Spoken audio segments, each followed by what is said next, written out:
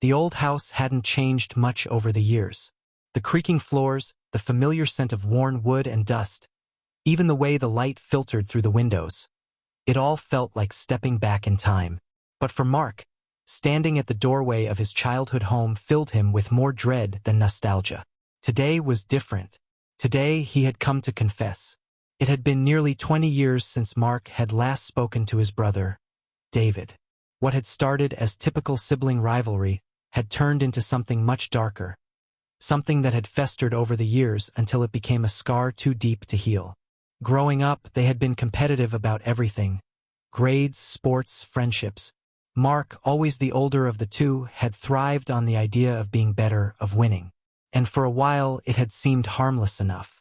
Just the kind of rivalry that brothers shared. But as they grew older, that competition turned bitter. David, once the quiet, thoughtful sibling, started to outshine Mark in ways that really mattered. He was more charismatic, more successful, more beloved by their parents.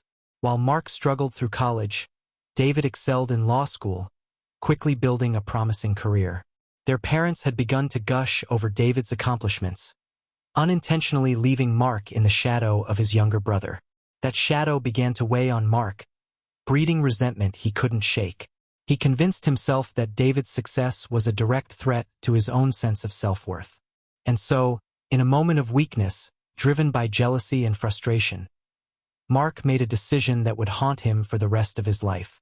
It had been during a critical moment in David's career. He had been up for a prestigious promotion at his law firm, a promotion that would have set him on the path to becoming a partner. Mark, who had been struggling with his own career, saw an opportunity to sabotage his brother. One night, after a few too many drinks, Mark accessed David's work email, sending a damaging message to one of his colleagues under David's name.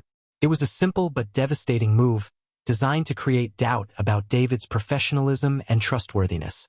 The fallout had been swift. David lost the promotion. His reputation at the firm was tarnished, and though he never publicly addressed it, Mark knew David had been deeply hurt by what had happened. Worse still, David had no idea that his own brother had been the one behind it all. Mark had been too cowardly to admit the truth, too ashamed of what he had done. Instead, he distanced himself, letting the guilt eat away at him in silence. David, devastated by the blow to his career, eventually moved away. The distance between them, both physical and emotional, grew wider with each passing year.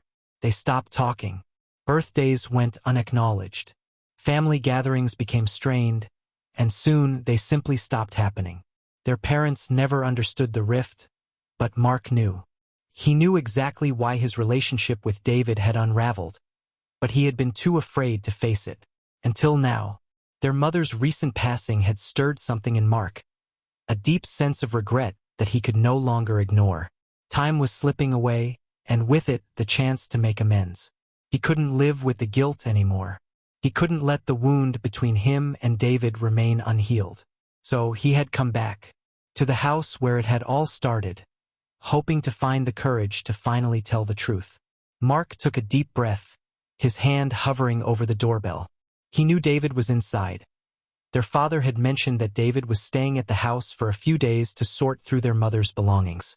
Mark hadn't told him he was coming. He had just shown up, unsure if he would be welcome. The door opened before he could ring the bell. David stood there, staring at him, clearly surprised. He hadn't changed much over the years. His hair was flecked with gray now, his face more lined, but there was still that quiet strength about him. For a moment, neither of them spoke, the weight of their estrangement hanging heavily between them. "Mark," David said finally, his voice guarded but not unkind. "What are you doing here?" Mark swallowed, feeling his heart race. This was it, the moment he had dreaded for years. I need to talk to you," he said, his voice shaky. "Can I come in?" David hesitated for a moment, then stepped aside, allowing Mark to enter the house. They walked into the living room, the same room where they had spent countless hours as children, playing, fighting, and growing up together. Now it felt foreign, like a place where time had stood still while their lives had moved on without each other. David sat down, motioning for Mark to do the same.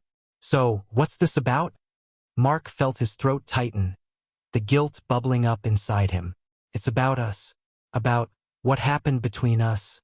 David raised an eyebrow, clearly skeptical. What do you mean? Mark took a deep breath, steeling himself for the confession that had weighed on him for so long. David, there's something I need to tell you. Something I should have told you years ago, but I didn't. I was too ashamed. David's expression shifted, a flicker of curiosity and unease crossing his face. Go on. Mark looked down at his hands, his voice barely above a whisper. Do you remember when you lost that promotion at the law firm? The one you were up for right after you started. David's eyes narrowed slightly, his posture stiffening. Yeah, I remember. It was a huge setback for me. Mark nodded, his chest tightening. That was my fault. I'm the one who sabotaged you. I sent that email pretending to be you. I did it because I was jealous of your success. I couldn't stand seeing you do so well while I was struggling. And I ruined your chances. The silence that followed was unbearable. David's face was a mixture of shock, disbelief, and hurt.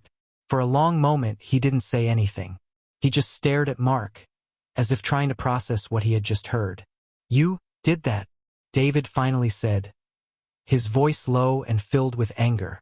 You're the reason I lost that promotion? Mark nodded, tears welling up in his eyes. I was selfish. I was angry, and I've regretted it every single day since. I'm so sorry, David. I know it doesn't change what I did, but I need you to know how much I hate myself for it. David stood up, pacing the room as if trying to contain his emotions.